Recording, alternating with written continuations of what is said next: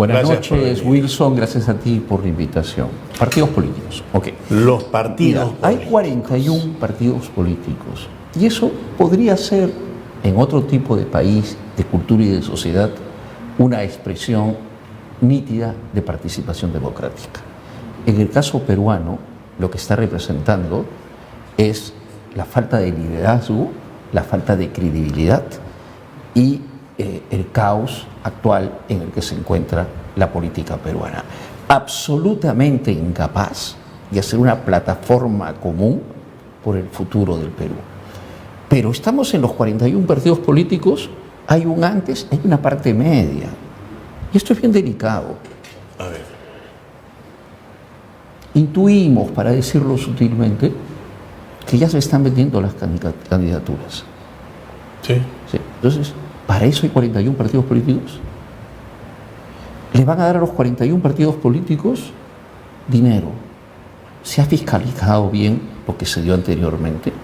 ¿Qué van a hacer esa plata? ¿Contratarse ellos mismos, a su más media, etcétera? Hay partidos políticos que no tienen ni página web o no tienen plata para pagar su Ni dominio. local. Así es. Entonces, Ni local. cuando hablamos de 41 partidos políticos, o sea, ¿de qué estamos hablando? En el caso peruano, estamos hablando de una entelequia absoluta que de alguna manera sintomatiza una especie de anemia o de preanemia electoral. O sea, ¿cómo un elector además va a poder votar entre 40 personas? Ese cuadernillo, una persona de 75, 80 años, o sea, realmente es de una decadencia y de un subdesarrollo atroz. Y además, como ya lo hemos conversado alguna vez, no hay 41 equipos de trabajo. Y no es posible que haya 41 planes de gobierno diferentes, porque todos se interconectan en ideas comunes. Y todos van a hablar de inseguridad ciudadana, todos van a hablar de lucha contra la corrupción, y todos van a hablar de una mejor administración pública, cuando muchos de ellos a lo más tienen 2 o 3 personas con cierto desarrollo formativo para poder realmente encarar el tema. Y las cabezas se van a neutralizar entre ellas. Por ejemplo, por Lima creo que entran 3 senadores. Sí. Entonces, o entran, o sea, el APRA, el partido de López Aliaga, el partido de Soto y un par de partidos más, ya son 5, hay 2 que quedan fuera. Entonces, ¿cómo va a ser eso? Hay candidatos que no han estado viviendo en el Perú, pero que han venido especialmente a estas elecciones. Caso Barrenechea. Ya Antero Flores Arauz acaba de mencionar y decir, este señor no ha estado en el Perú viviendo. Él no sabe la realidad, no sabe lo que está pasando, pero va a candidatear. Y así como el señor Barrenechea, también hay otros candidatos que están buscando una tienda política para poder pagar y sentarse y decir, bueno, yo voy a liderar esto. Pero en el fondo no hay la responsabilidad política de asumir una verdadera candidatura. ¿Cómo? Con un buen plan de gobierno, un buen plan de trabajo, pero no existe eso hasta el momento, Manuel. Sí. No vemos. Sí, permíteme un poco matizar el comentario que acabas de hacer. Alejandro Toledo postuló viniendo de Stanford la segunda vez y perdió. Alan García hubiese postulado viniendo de España. Alfredo Barnechea viene de España. A diferencia de prácticamente todos los demás políticos que van a postular, él sí está preparado. No sé si óptimamente, pero está mucho más preparado y tiene mucho más conocimiento político que los demás candidatos. Claro, Lo estoy defendiendo. De eso yo no lo dudo. No lo estoy defendiendo. Pero la realidad peruana es otra. Él no la ha vivido. Bueno, eso será problema de él en la campaña. No, pero lo que yo voy es de que el hecho de que vive en el extranjero no me parece una razón. Yo he vivido muchos años en el extranjero y posiblemente estaba más conectado al país que mucha gente. Al tanto de lo que pasa en el Sí, Perú. pero posiblemente Barnechea también, ¿no? Pero no lo estoy defendiendo, por si acaso. Pero te lo comento porque me parece un comentario, si lo hizo Antero me sorprende, sí. Me parece incluso mezquino. ¿No? Él tiene familia allá, tiene hijos allá, seguramente va y viene, y además por las redes, a mí una persona me decía que en el cargo de trabajo que tenía, las noticias sobre el Perú llegaban 3 horas antes que a los medios peruanos. Increíble. Entonces, depende cómo lo mires, ¿no? Ahora, alianzas políticas va a haber, pero no sabemos si esas alianzas políticas van a ser para el futuro bienestar del país o va a ser el futuro bienestar de ellos, porque en realidad no hay hasta el momento una clara idea de cuál es lo que quieren estas alianzas políticas, porque se unen, se juntan, pero al final no funcionan, porque ya se ha visto en otros periodos alianzas políticas que no han funcionado, más bien han dejado mucho que desear.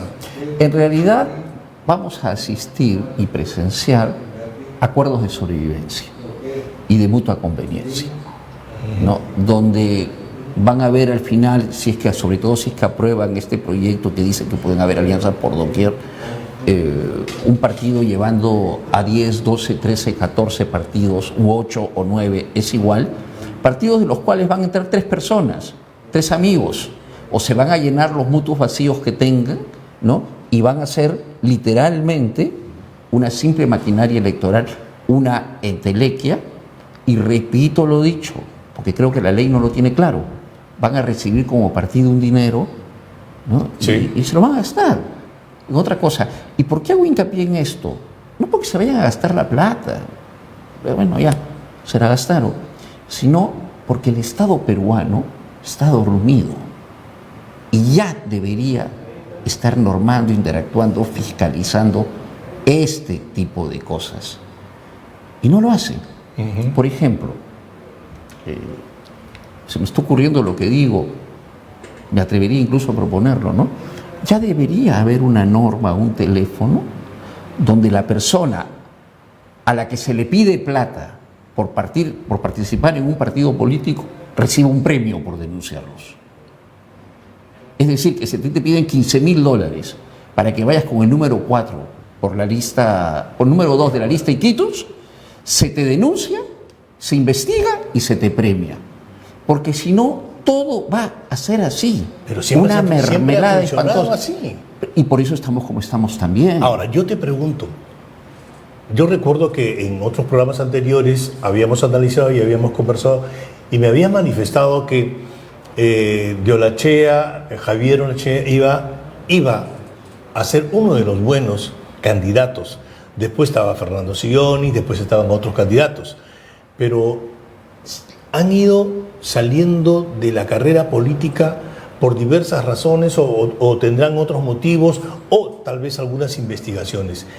¿Crees tú que esto es parte del juego político cochino para poder sacar algunos buenos elementos de la carrera electoral para mejorar el país o es realmente lo que está sucediendo con todos los candidatos? Yo creo que es consecuencia de una falta de identidad colectiva hacia un fin común, donde hay protagonismos, egos y etcétera. A Javier González Olachea, a quien conozco y de quien tengo muy buen concepto, le corresponde a él decir por qué se retiró. Pero te doy una noticia que acaba de salir hace unos minutos.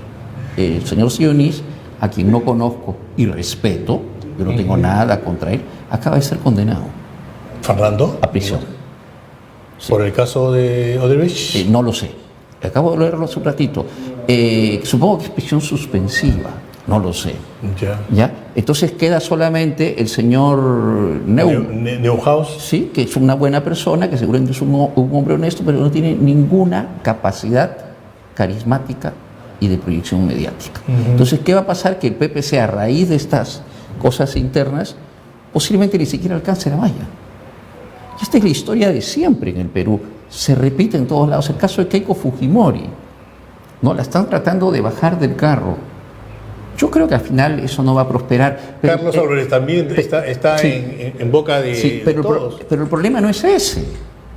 El problema es qué ha pasado en Fuerza Popular para que ahora estemos todos los peruanos asistiendo a eso, a esta situación. Entonces, el problema no es ahora. El problema es qué ha pasado con ese partido político que ahora tiene una investigación. Entonces, seguramente hay un manejo político, se lo quieren bajar, pero ahí lo lamentable no es eso, porque eso puede ser parte del toma y daca de la política presente en época preelectoral, sino que es gravísimo, gravísimo, gravísimo que un partido político esté expuesto a una acusación de ese tipo y que además, constante. sí, y que además no viene de la sociedad civil, sino de la propia Fiscalía. Entonces, haya o no haya manejo político, tenemos que sentarnos a preguntar qué está pasando, que los partidos están como están. Sí.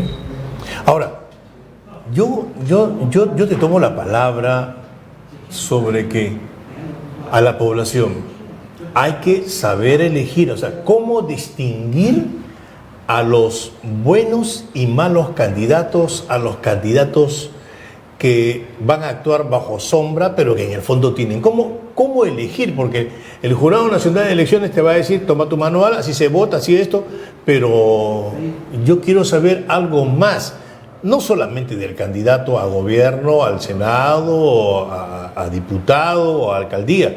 Quiero saber con quiénes va a trabajar mi población, o sea, el regidor, el consejero, el gobernador. No sabemos la historia de estos señores. Tengo 2 minutos nomás. No hay un observatorio político ciudadano, no hay un equipo censor, no hay un ente de filtro ciudadano, tendría que ser, y tampoco hay voluntad del gobierno. ¿Qué ocurre? Nos queda un minuto. Al gobierno le conviene es que la pelota ruede como sea y que se cumplan los 90 minutos, pase lo que pase. Y eso es lo que va a ocurrir. Vamos a entrar a un pase lo que pase. Santibáñez se fue. ¿Crees que fue expectorado por incapaz o ha habido algo detrás de ahí? 1 minuto. Ha habido algo detrás de eso y también hay que reconocer que la policía está haciendo un magnífico trabajo. No hay que ser mezquinos. Lo del tren de Aragua ha bajado sustancialmente y hay un montón de capturas. Lo que pasa es que la realidad desborda porque no hay decisión política de invertir plata en armamento, en formación y en inteligencia. Pero además él se la buscó. O sea que ahí se mezclan estos dos elementos. Sí, Santibáñez dijo que teníamos armamentos de hace más de 40 años y eso es una prueba. Pero si tú reclamas eso, entonces renuncias y lo exiges con tu renuncia.